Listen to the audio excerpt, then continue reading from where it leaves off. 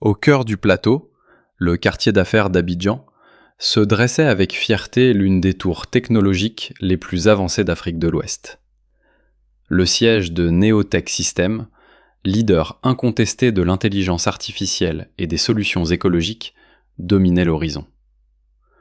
Le gratte-ciel scintillait de verre sombre, équipé d'ascenseurs à grande vitesse, de points d'accès biométriques et d'un personnel vêtu d'uniformes connectés dernier cri. L'entreprise était le pouls de l'innovation et du luxe. Mais derrière les écrans clignotants et les contrats internationaux, se cachait un secret qu'un seul homme connaissait. Elias Diop, le véritable propriétaire et PDG de Neotech, avait passé des années à bâtir cet empire. À seulement 35 ans, il était l'un des plus jeunes milliardaires du continent.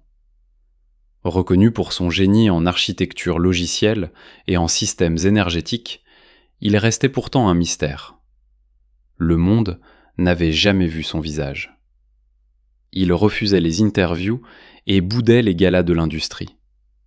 La presse le surnommait même le génie fantôme. Pourquoi ? Parce qu'Elias avait été brûlé trop de fois. Toutes les femmes qu'il avait fréquentées ne voyaient que les milliards, jamais l'homme. Certaines feignaient un intérêt pour la technologie juste pour l'approcher. D'autres s'insinuaient dans sa vie avec des mots doux, uniquement pour vendre des informations privées aux tabloïds. Une fois, une femme qu'il pensait aimer avait failli vendre ses secrets industriels à ses concurrents pour 300 millions de francs CFA. « J'en ai assez », confia Elias à son ami d'enfance et directeur des opérations, Karim, un soir dans leur salon privé au sommet de la tour. « Elles aiment mon succès, pas mon âme. » Karim secoua la tête. « Tu veux disparaître à nouveau ? » ?»« Non, » répondit Elias. « Cette fois, je vais m'infiltrer en tant qu'agent d'entretien. » Karim le fixa, incrédule. « Mon frère, tu as construit cette tour. Tu as codé l'IA qui ouvre nos bureaux au son de la voix. Et maintenant, tu veux récurer les toilettes ? » Elias sourit. « Exactement. Si quelqu'un peut me voir au plus bas et me traiter avec dignité, alors peut-être que je saurai que c'est réel. Je suis fatigué des « bonjour monsieur », accompagnés de fossiles et d'intentions calculées. » Karim soupira. « Tu es sérieux ? » ?»« Mortellement sérieux, » dit Elias d'une voix calme. « Dès demain, je ne suis plus Elias le milliardaire.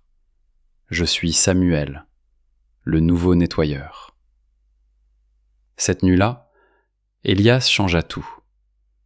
Il rasa sa barbe soignée pour ne laisser qu'une barbe de 3 jours rugueuse, teignit ses cheveux légèrement et utilisa du maquillage pour ternir l'éclat de sa peau et marquer ses traits. Il enfila de vieux vêtements délavés, achetés au marché d'Adjamé, et se munit d'un téléphone Android à l'écran fissuré. Sa voix, d'ordinaire profonde et éloquente, devint rauque et hésitante. Il s'entraîna même à marcher en boitant légèrement. Le lendemain matin, il franchit la porte du personnel avec un faux badge au nom de Samuel Koné, division entretien. Il s'approcha du poste de sécurité. « T'es qui, toi ?» demanda sèchement l'un des gardes. « Je suis le nouveau nettoyeur », répondit Elias, les yeux baissés. Le garde scanna son badge, grogna et pointa vers l'aile arrière. « Le bureau du superviseur est par là. Présente-toi là-bas et ne traîne pas dans les couloirs. »« Oui, chef, » marmonna Elias. En pénétrant dans son propre immeuble, personne ne le remarqua. Ni le personnel marketing en costume ajusté, ni les responsables RH discutant de leurs objectifs, ni la réceptionniste qu'il avait un jour supplié pour un parrainage. Pour eux, il était invisible. Dans le bureau de l'intendance, la superviseuse leva les yeux.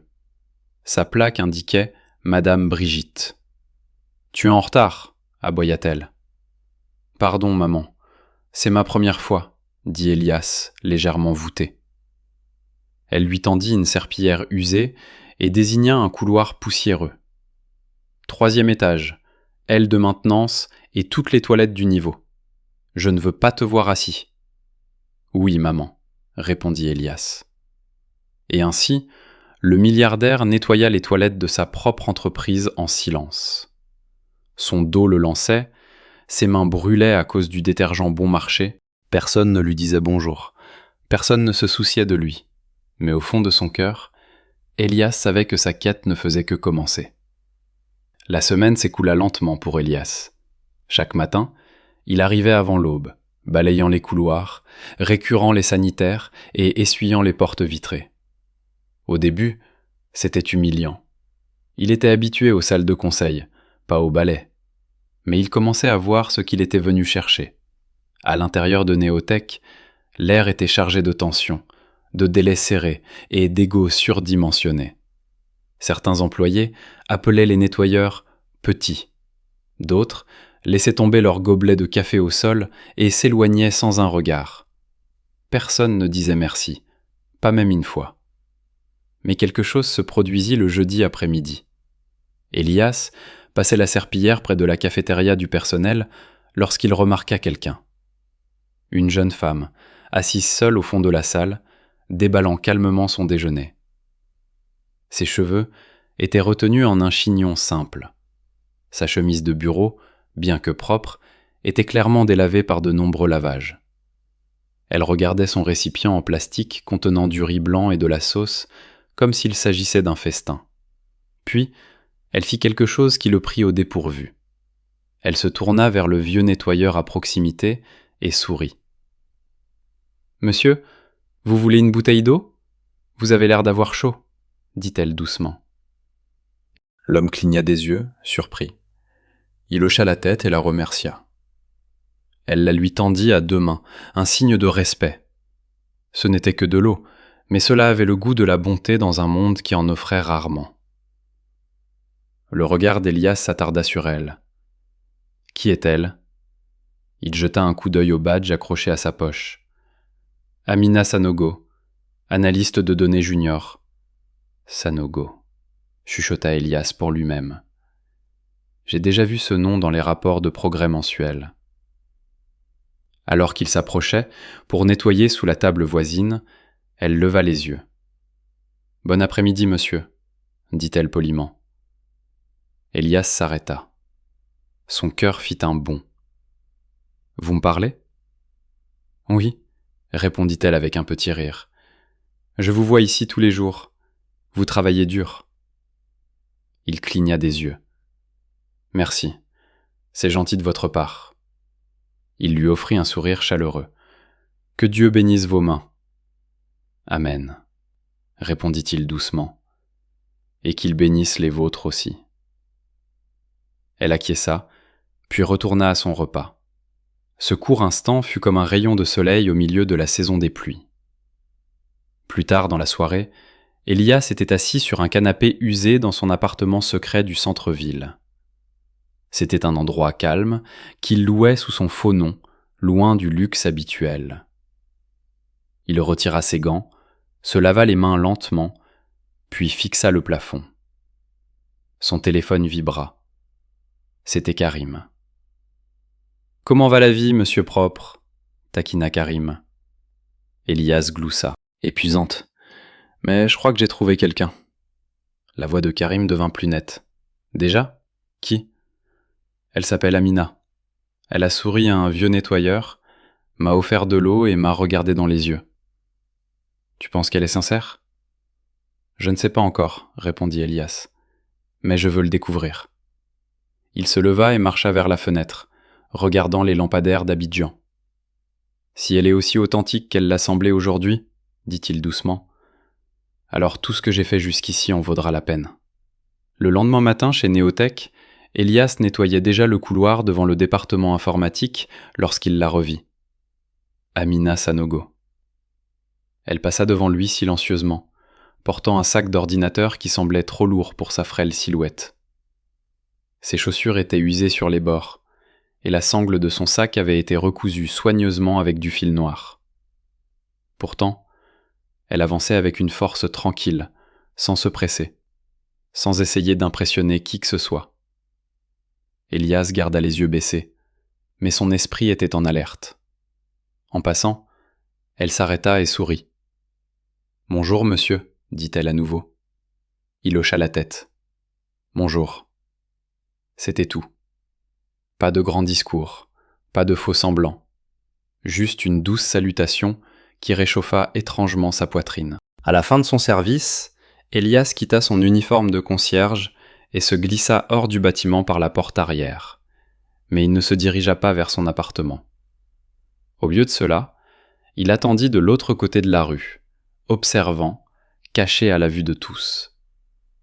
Environ 20 minutes plus tard, Amina franchit les grilles de l'entreprise. Pas de voiture, pas de chauffeur, juste son sac et ses pas réguliers. Elias la suivit à distance raisonnable. Elle marcha longtemps, traversant 3 carrefours et une passerelle piétonne pour s'enfoncer dans un quartier plus modeste où les nids de poules étaient plus nombreux que le bitume. Des enfants jouaient au football dans le sable. Des vendeurs ambulants bordaient les coins de rue avec leurs plateaux d'arachides et de maïs grillé. Finalement, elle s'arrêta devant une concession modeste et déverrouilla le portail rouillé avec sa propre clé. Elle vivait dans une cour commune, le genre d'endroit où les voisins partagent les sanitaires et les ragots. Elias resta de l'autre côté de la rue, observant en silence. La lumière de sa chambre s'alluma. Il la vit ouvrir une fenêtre, puis s'asseoir à côté avec son téléphone et un petit carnet. Il expira. « Elle marche tous les jours », murmura-t-il. Pas de taxi, pas de VTC, pas de bruit, juste de la force. Ce soir-là, il raconta tout à Karim. Elle marche 30 minutes pour aller travailler, vit dans un logement exigu et a quand même la grâce d'offrir de l'eau à des inconnus. Karim siffla à travers le téléphone. « Elle est réelle ?»« Je pense que oui, » répondit Elias. « Mais je ne l'approcherai pas encore. Je veux faire quelque chose pour elle, discrètement, rien de voyant. » « C'est quoi le plan ?» Elias se recula sur son canapé. « Trouve qui est son propriétaire. Je veux payer 6 mois de son loyer anonymement. » Karim gloussa. « Le mécène fantôme. J'aime ça. Considère que c'est fait. »« Oh, et vérifie son CV si tu peux, » ajouta Elias. « Elle travaille plus dur que la plupart des cadres supérieurs. Pourquoi est-elle encore analyste junior ? Je suis déjà dessus. » Le lendemain matin, Amina sortit étendre son linge lorsque son propriétaire, un homme trapu d'âge moyen, lui fit signe. « Amina, viens, ma fille. » Elle s'approcha, confuse. « Quelqu'un a payé 6 mois de ton loyer. »« Quoi ?» Elle cligna des yeux. Il sourit. « En espèces, pas de nom. Il a juste dit que c'était pour toi. Tu es tranquille jusqu'à l'année prochaine. » Amina resta figée. « Vous êtes sûr ?» L'homme acquiesça. « J'ai compté moi-même. Tu es bénie, ma fille. Quelqu'un là-haut veille sur toi. » En retournant dans sa chambre, les larmes montèrent aux yeux d'Amina. Elle chuchota. « Merci, mon Dieu. Peu importe qui tu as utilisé. » De retour chez Néotech, Elias passait la serpillière en silence, l'observant entrer dans l'immeuble d'un pas léger, presque dansant. Elle le croisa dans le couloir et lui sourit. « Bonjour, monsieur. » Il lui rendit son sourire. « Vous avez l'air heureuse aujourd'hui. » Elle hocha lentement la tête. « Quelqu'un a payé mon loyer. 6 mois, sans laisser de nom, juste par pure bonté. » Elias marqua une pause, gardant une expression neutre. « Waouh, dit-il. C'est incroyable. » Elle sourit de nouveau, les yeux brillants. « Je ne sais pas qui a fait ça, mais j'espère qu'il sait qu'il a sauvé l'année de quelqu'un. » Le cœur d'Elias se gonfla dans sa poitrine. « Il le sait, ma fille. Il le sait sûrement. » C'était un mercredi après-midi calme chez Néotech System. La cafétéria du personnel bourdonnait de conversations feutrées, du cliquetis des couverts et de la lueur des écrans de téléphone. Elias avait fini de nettoyer le couloir exécutif plus tôt que prévu et avait décidé de s'asseoir dans le coin le plus reculé de la salle, essuyant la sueur de son front. Ses mains étaient rugueuses, son dos le lançait, mais son regard restait vif. À l'autre bout de la pièce, Amina entra discrètement, son habituelle gamelle coincée sous le bras. Elle affichait une expression sereine, loin de la fausse gaieté des masques corporatifs, mais empreinte de la paix de celle qui a appris à survivre aux tempêtes. Elias l'observa s'installer à sa place habituelle, sortir son repas, du riz gras avec un œuf dur, et murmurer une courte prière avant de manger. Elle n'avait avalé que quelques bouchées lorsqu'un visage familier passa par là. Daouda, le coursier du bureau. Son front ruisselait de sueur et il semblait épuisé. Sans un mot, Amina l'appela. « Grand frère Daouda, dit-elle doucement, viens prendre la moitié. Mon esprit ne sera pas en paix si tu pars d'ici le ventre vide. » Daouda sourit, gêné. « Que Dieu te bénisse, Amina. » Elias sentit quelque chose remuer en lui. Elle partageait son maigre déjeuner comme s'il s'agissait d'un banquet royal. Plus tard, ce jour-là, il ne put s'empêcher d'y penser. Il passait le balai plus lentement, plongé dans ses réflexions. Elle ne se contentait pas de mots gentils. Elle incarnait la bonté par ses actes. Ce soir-là, de retour dans son appartement caché, Karim arriva avec 2 bols fumants de foutou banane sauce graine. « Elias, dit Karim en posant la nourriture, ta petite est différente. » Tu avais raison. Elias leva les yeux. Qu'est-ce que tu as trouvé ? Elle a fini major de sa promotion en sciences des données à l'INPHB de Yamoussoukro. Elle était la plus brillante de sa volée. Mais quand son père est décédé subitement, elle a dû prendre en charge ses 2 jeunes frères et sœurs. Elle a raté des entretiens d'embauche cruciaux et a perdu son logement à Yopougon. Elle a dû tout recommencer à zéro. Elle a accepté ce poste junior parce qu'il était proche et stable. Elias déglutit difficilement. Donc elle a sacrifié sa carrière pour protéger sa famille. Karim acquiesça. C'est pour ça qu'elle est toujours au bas de l'échelle. Elias s'adossa, bouleversé. C'est de l'or, murmura-t-il. De l'or pur enfoui sous des couches de survie. Karim gloussa. Tu es mordu, mon frère. Plus profondément que je ne l'avais prévu, répondit Elias. Le lendemain matin, Elias décida de faire autre chose pour elle, mais toujours dans l'ombre. Il envoya un email anonyme aux ressources humaines, recommandant Amina pour une certification avancée en sécurité cloud. Il approuva le budget de formation sous un alias du conseil d'administration. L'après-midi même, Amina reçut une lettre du bureau des RH. Elle déplia l'enveloppe lentement. « Chère mademoiselle Sanogo, vous avez été sélectionnée pour représenter Neotech dans un programme mondial de perfectionnement technologique, entièrement financé par l'entreprise. Vous commencerez les cours à distance le mois prochain. Félicitations. » Ses mains tremblèrent. Elle regarda autour du bureau, stupéfaite. « Moi ?» Elle sortit, se dirigea vers le couloir arrière et trouva Elias en train de nettoyer près de la sortie de secours. « Monsieur ?» appela-t-elle doucement. Il se retourna. « Oui, ma fille. J'ai obtenu une bourse, une certification technique internationale. J'ai même pas postulé. Ils m'ont juste choisi. » Il haussa les sourcils. « Waouh, c'est grand ça !» Elle rit nerveusement.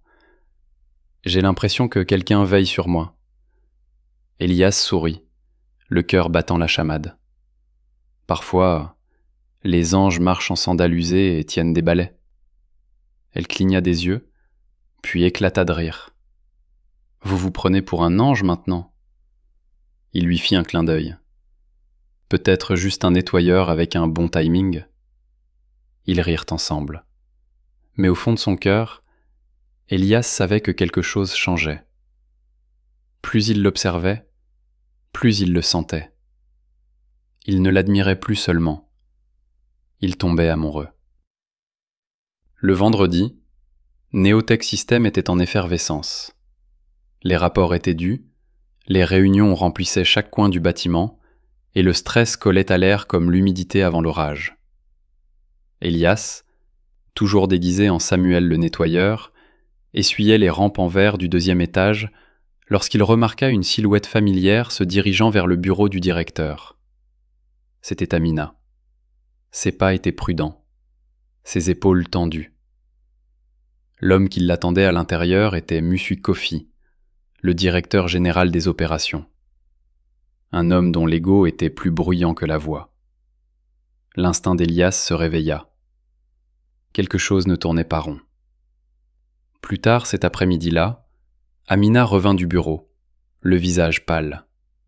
Son sourire avait disparu. Elle passa devant Elias dans le couloir sans dire un mot. C'était la première fois qu'elle ne le saluait pas.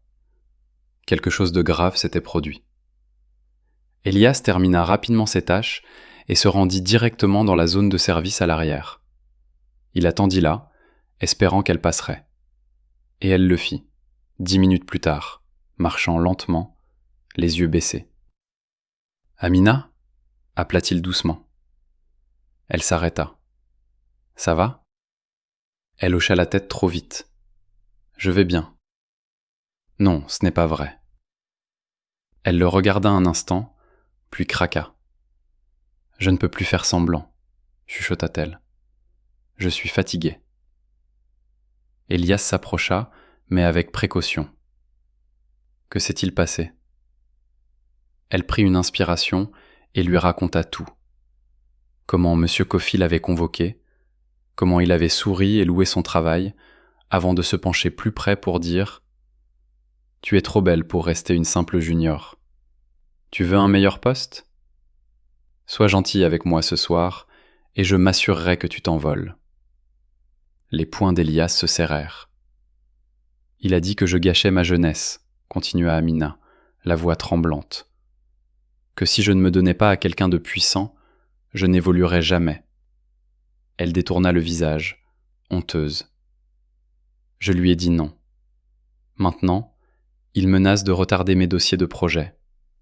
Il a dit que sans lui, je suis bloqué. Elias prit une profonde inspiration. Il a franchi la ligne, dit-il froidement. Laisse-moi régler ça avec lui. Non. Elle lui saisit le bras. C'est un directeur. Il peut te briser. Il peut te faire renvoyer. Il la regarda droit dans les yeux. Il ne peut pas me toucher. Elle fronça les sourcils. De quoi parlez-vous ? Mais Elias n'ajouta rien. Il retira doucement la main d'Amina de son bras et s'éloigna d'un pas ferme. Il descendit le couloir, passa devant le bureau administratif, droit vers le bureau de M. Kofi. Kofi leva les yeux de son bureau, surpris. « Oui » lança-t-il sèchement. « Pourquoi le balayeur est-il dans mon bureau ?» Elias ne s'assit pas. Il ne sourit pas. Son regard était d'acier. « Laissez Amina tranquille, » dit-il calmement. Kofi cligna des yeux. « Pardon ? » J'ai dit « Laissez-la tranquille. » Pas de message, pas de menace, pas d'appel tardif, rien. Kofi éclata de rire. « Tu dois être fou. Tu penses que tu peux entrer dans mon bureau et me parler comme ça ? Tu crois que je suis ton camarade de quartier ? » « Tu penses que je suis un imbécile en sandales ?» répliqua Elias. « Mais je te préviens. Encore un mot déplacé envers elle, et je m'assurerai que tu ne travailles plus jamais dans cette industrie. » Kofi se leva, furieux. « Mais tu te prends pour qui, bon sang ? Tu n'es qu'un nettoyeur. » Les yeux d'Elias ne s'hilèrent pas. « C'est ce que tu penses ?» Il fit demi-tour et sortit lentement, laissant Kofi figé sur place. De retour dans le couloir, Amina courut vers lui. « Qu'est-ce que vous avez fait ?» chuchota-t-elle. Il la regarda calmement. Je lui ai dit la vérité. « Mais pourquoi ?»« Parce que tu ne mérites pas d'être utilisé. » Elle le fixa, terrifiée. « Vous allez avoir des ennuis. » Il eut un sourire imperceptible. Qui le sait ? Certaines batailles valent la peine d'être menées. Elle refoula ses larmes. Et pour la première fois, Amina ne le regarda pas comme un nettoyeur, ni comme un étranger, mais comme un homme qui se tenait debout quand cela comptait vraiment. Les jours s'écoulaient chez Neotech Systems et une dynamique nouvelle s'installait entre Elias et Amina. Elle ignorait toujours sa véritable identité, mais depuis qu'il avait tenu tête à Monsieur Kofi, son regard sur lui avait changé. Il était silencieux, humble, mais courageux. Même s'il ne demandait jamais rien, elle mettait un point d'honneur à le saluer chaleureusement chaque matin. Parfois, elle lui apportait un jus de bissap frais. Une autre fois, elle partagea son petit déjeuner, la moitié d'un pâté à la viande et un sachet d'eau glacée. À chaque fois, Elias acceptait avec un sourire discret, mais à l'intérieur, ses sentiments pour elle s'enracinaient davantage. Il savait qu'il était temps d'en faire plus, mais avec prudence. Ce week-end-là, Elias posa 2 actes. D'abord, il fit l'acquisition d'un smartphone neuf, un modèle de milieu de gamme mais performant, doté d'une bonne caméra, au design épuré et sans marque apparente qui pourrait le trahir. Ensuite, il acheta un petit bouquet de fleurs blanches fraîches, liées par un simple ruban. Le dimanche soir, sachant qu'Amina serait au culte, il se rendit dans sa cour commune. Discrètement, il déposa les fleurs et le téléphone devant sa porte, accompagné d'une petite enveloppe. À l'intérieur, sur une feuille pliée, 6 mots seulement étaient inscrits. « De moi à toi, sans raison ». Il ne signa pas. Le lendemain matin, Amina resta figée sur le seuil de sa porte. Ses voisins partaient déjà travailler, mais elle ne pouvait bouger. Devant chez elle reposaient les fleurs, le téléphone et le mot. Elle les ramassa d'une main tremblante, regarda autour d'elle, mais ne vit personne. Toute la journée au bureau, elle fut troublée. Son esprit était un tourbillon de questions. Elle trouva finalement Elias, toujours dans sa tenue de nettoyage, près du couloir du support technique. « Excusez-moi, Samuel, » dit-elle doucement. Il se retourna. « Bonjour, Amina. » Il s'est passé quelque chose d'étrange. Il haussa les sourcils. « Qu'y a-t-il ? » Quelqu'un a laissé des fleurs et un téléphone devant ma porte. Pas de nom, juste un mot. De moi à toi, sans raison. Il garda un visage impassible. Vraiment ? Oui, c'est touchant, mais c'est effrayant aussi. Je ne sais pas qui m'observe. Il fit un petit pas vers elle. Ce n'est peut-être pas quelque chose à craindre. C'est peut-être juste de l'admiration. Mais pourquoi ne se montre-t-il pas ? Certaines personnes, dit Elias, ne savent pas comment dire ce qu'elles ressentent. Alors elles donnent ce qu'elles peuvent, en silence. Elle baissa les yeux. Je pensais jeter le téléphone. Non, dit-il vivement. Ne faites pas ça. Elle cligna des yeux. Pourquoi ? Parce que quelqu'un, quelque part, tient assez à vous pour vous rappeler que vous êtes visible, que vous comptez. Ses yeux scrutèrent le visage du nettoyeur. Vous dites toujours des choses qui apaisent mon cœur. Il sourit. Alors peut-être que je devrais continuer à parler. Elle eut un petit rire, puis redevint sérieuse. M'accompagneriez-vous si je décidais de le signaler à la police ? Bien sûr, répondit-il. Toujours. Ce mot résonna en elle, toute la journée. Le soir venu, elle posa le téléphone sur sa table de chevet, intact, mais pas indésirable. Et alors qu'elle glissait dans le sommeil, elle murmura « Qui es-tu vraiment ?» Pendant ce temps, Elias était assis seul dans son appartement, fixant sa photo sur l'annuaire de l'entreprise.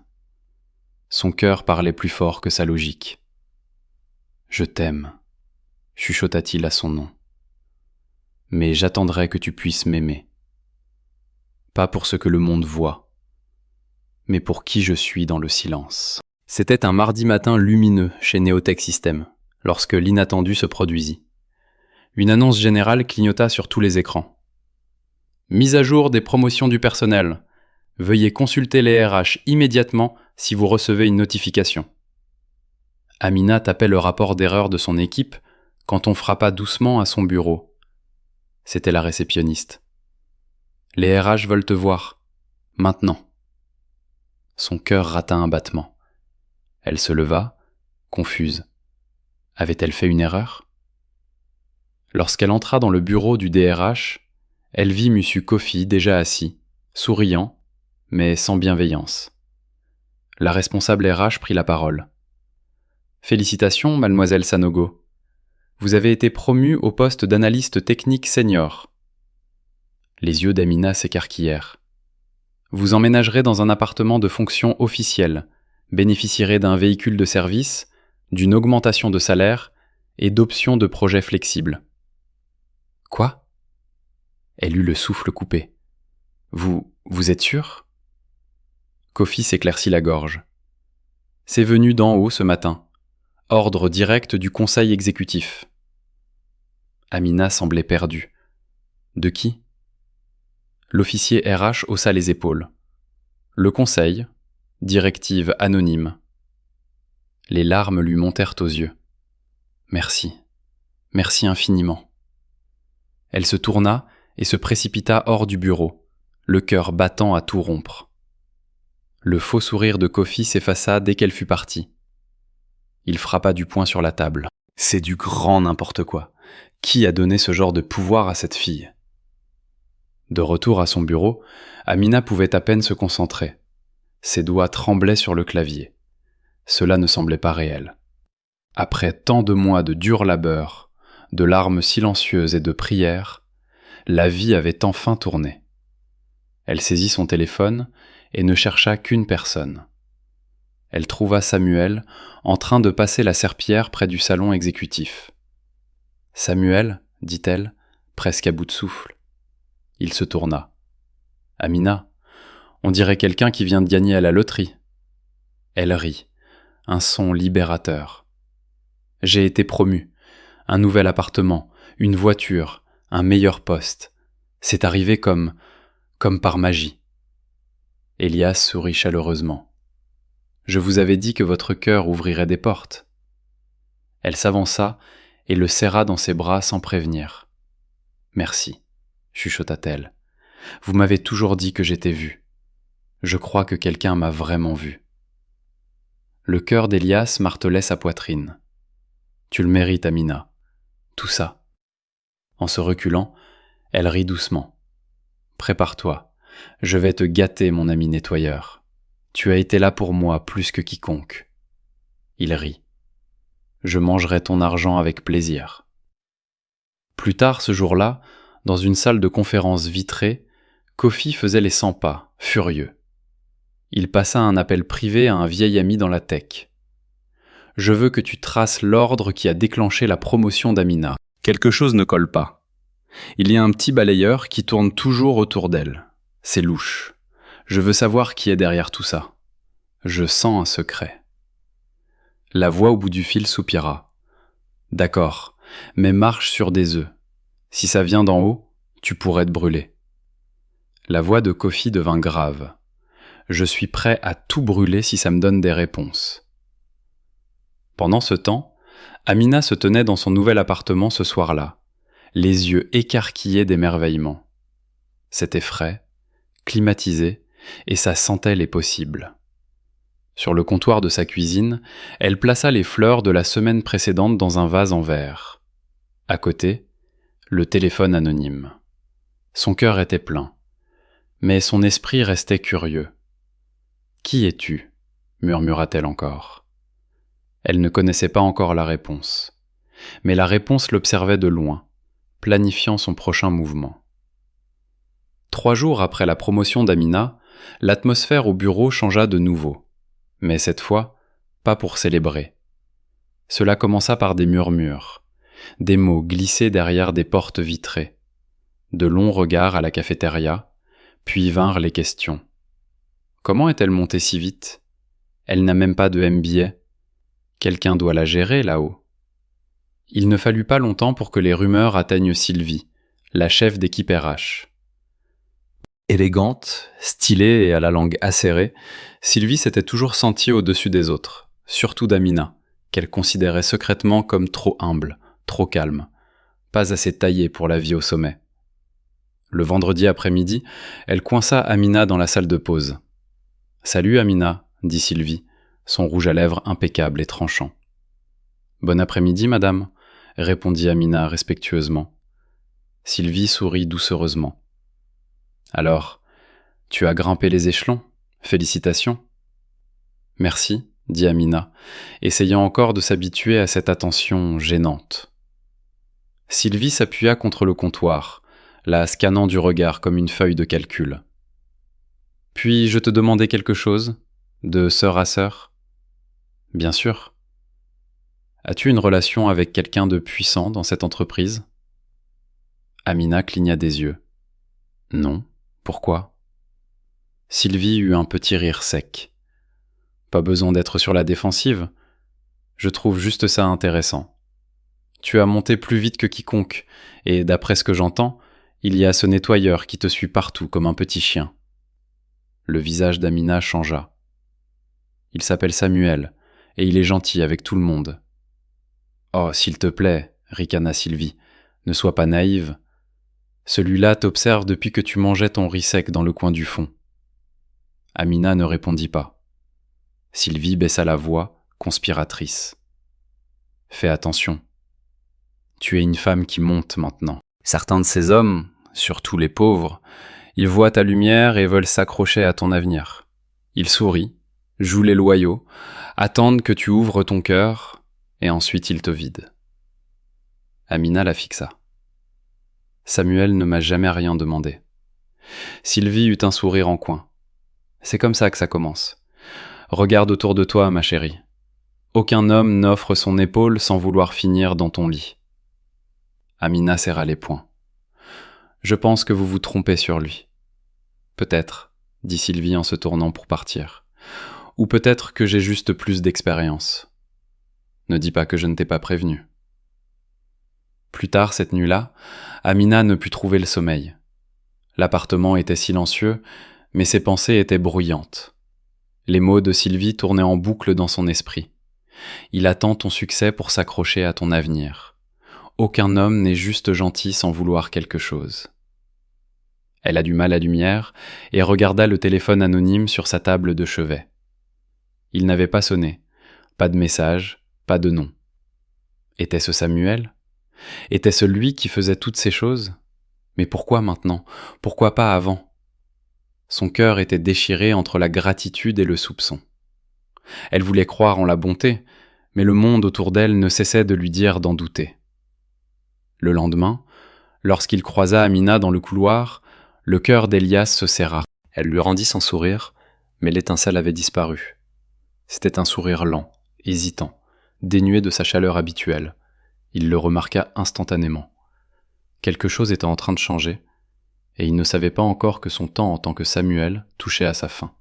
Le lundi matin, l'atmosphère entre Amina et Samuel s'était considérablement refroidie.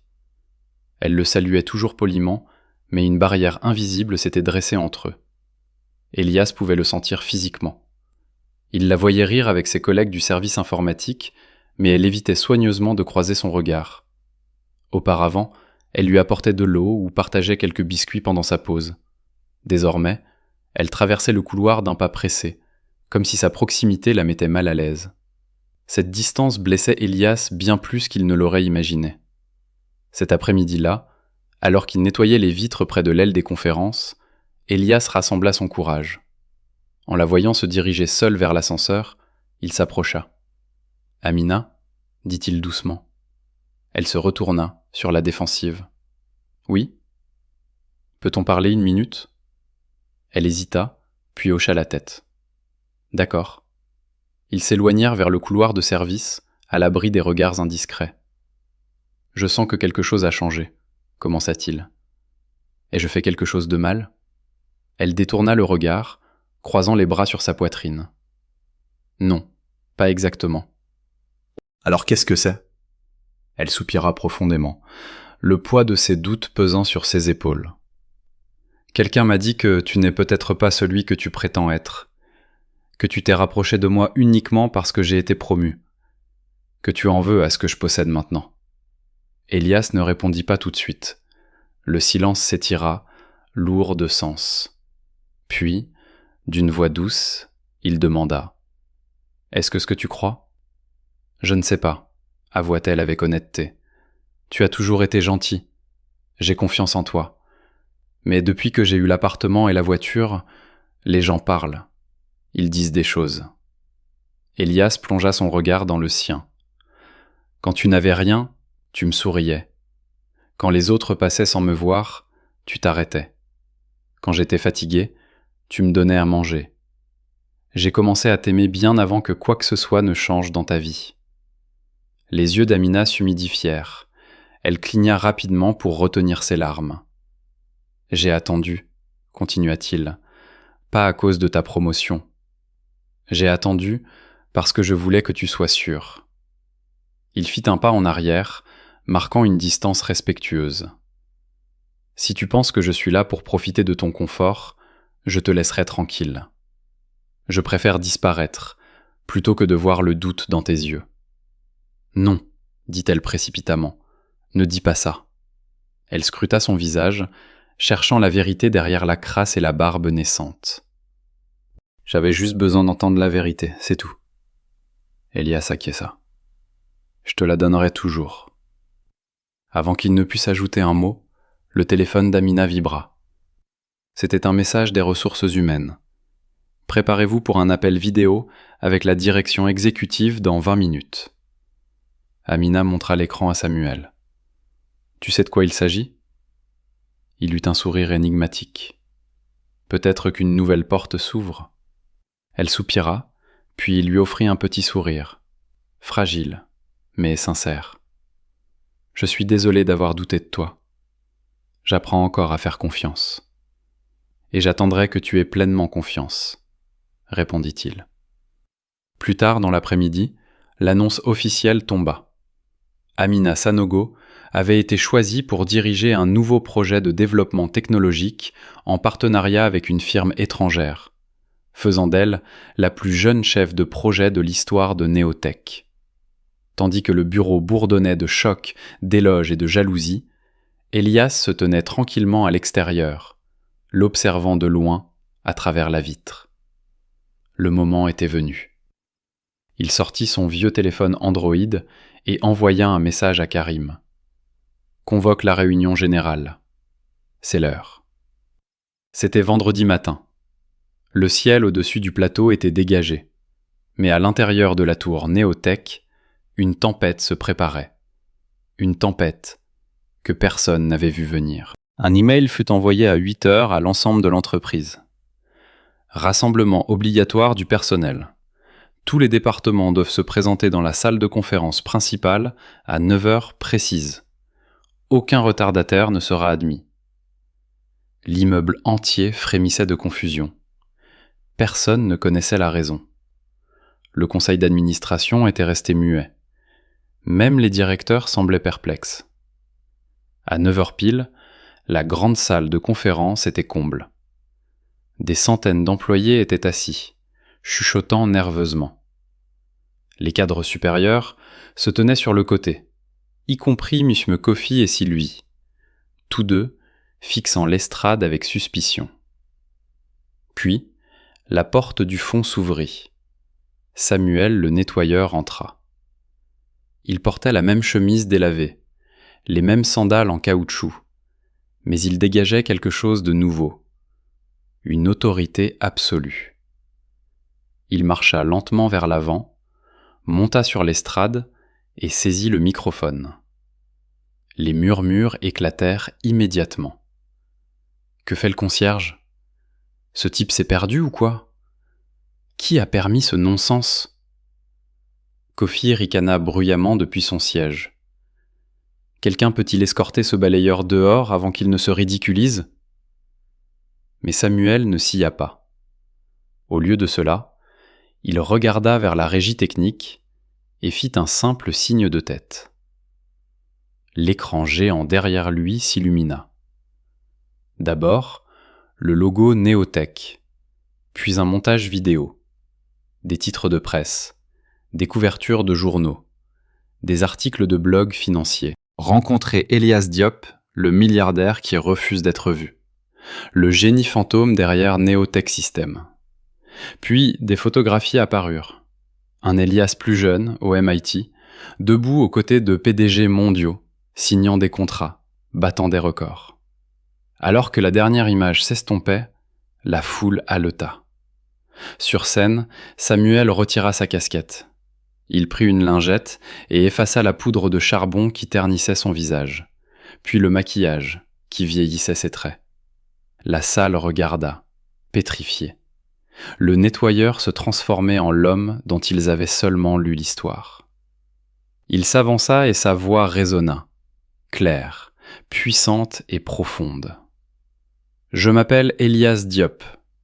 Je suis le fondateur, PDG et actionnaire majoritaire de Neotech Systems. » Silence de mort.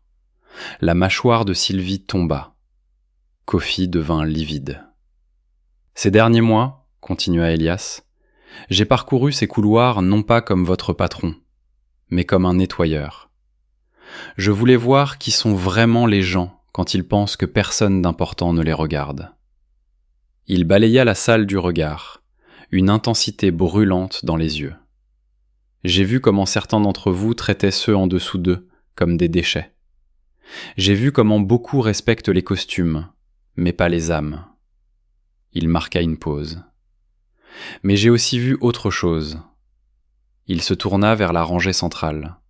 « Amina Sanogo » appela-t-il. Elle leva la tête lentement, tremblante. « S'il vous plaît, approchez. » Elle se leva, le souffle court, et marcha vers la scène tandis que des murmures parcouraient la salle comme une onde de choc.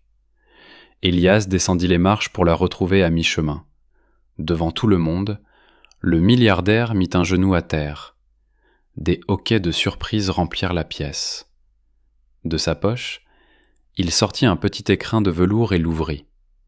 Une bague de fiançailles en argent scintillait à l'intérieur.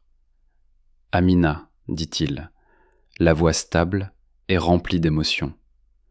Quand je n'avais rien à t'offrir, tu m'as traité avec respect. Quand j'étais invisible, tu m'as vu. Tu ne te souciais ni de la richesse, ni des titres, ni de la gloire. Tu te souciais des cœurs. » Il leva les yeux vers les siens, brillants de larmes. « Je t'aime profondément. Veux-tu m'épouser ?» La salle se figea. Puis, lentement, Amina couvrit sa bouche de ses mains, hochant la tête à travers ses pleurs. « Oui, » chuchota-t-elle. « Oui. » La pièce explosa. Applaudissements, cris de joie, larmes. Certains employés pleuraient ouvertement, d'autres restaient sans voix. Elias se releva et glissa la bague à son doigt, puis embrassa doucement sa main. Derrière eux, la sécurité se dirigea vers Kofi et Sylvie. Elias se tourna une dernière fois vers la foule, son visage redevenant sérieux. Monsieur Kofi et mademoiselle Sylvie sont relevés de leurs fonctions avec effet immédiat pour abus de pouvoir, harcèlement et conduite contraire à l'éthique. Neotech est un foyer d'innovation, pas d'intimidation. La foule applaudit de plus belle. Elias regarda Amina une fois de plus. Cette entreprise est peut-être mon héritage, mais tu es mon avenir. Des mois plus tard, leur mariage fit la une des journaux à travers le continent. Le milliardaire qui a balayé le sol pour trouver une épouse. La cérémonie fut élégante, de bon goût, remplie de familles, d'amis et de dizaines d'employés de Neotech qu'il avait un jour appelé monsieur, sans savoir qui il était. Elias et Amina se tenaient devant l'autel, se tenant la main sous un dais de roses blanches. « Je n'aurais jamais cru que l'amour pouvait être trouvé dans le silence, » murmura-t-elle. « Et je n'aurais jamais su que l'amour pouvait résonner aussi fort, » répondit-il avec un sourire. Ils s'embrassèrent au coucher du soleil, commençant une vie bâtie non pas sur le pouvoir ou le statut, mais sur la vérité, l'humilité et un amour qui avait passé chaque épreuve. Quant au reste du monde, leur histoire fut racontée partout. Ce n'était pas juste une histoire d'amour.